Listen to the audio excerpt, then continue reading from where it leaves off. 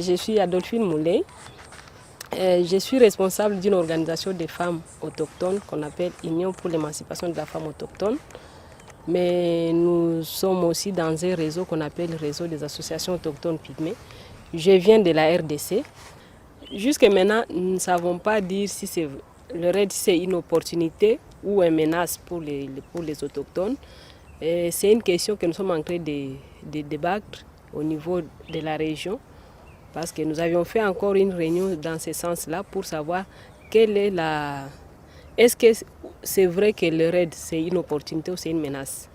Ça peut être une opportunité dans le sens où les autochtones peuvent en bénéficier par rapport à ce qu'on venait de voir dans la formation qu'on vient de faire avec AIPAC. Mais ça peut être aussi un risque si ce n'est pas bien mené, si les autochtones ne sont pas impliqués, si les autochtones ne participent pas.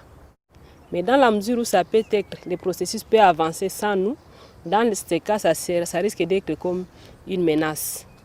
Et là, ça ne sera pas bénéfique aux communautés autochtones.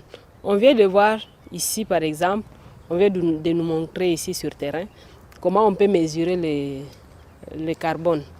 Alors moi, je me dis que c'est parce que quand on va dans des conférences internationales, quand les experts sont en train de parler ou d'expliquer les choses, quand les scientifiques parlent, vous trouvez que ça vous dépasse. En tout cas, ça dépasse beaucoup d'intellectuels. Alors pour nous, les autochtones, c'est encore pire. Mais pratiquement sur terrain, je viens de voir que même les autochtones, même nous les femmes, nous pouvons mesurer nos carbones. Alors, et là, je me dis, c'est une bonne chose. Mais ça risque de créer aussi des conflits. Pourquoi? Parce que si nous, les autochtones, nous savons déjà mesurer notre tonne de carbone dans nos forêts. Parce que la question avec RAID, à qui on paye? À qui appartient la forêt? Et nos États, c'est les sols et les sous-sols appartiennent à l'État.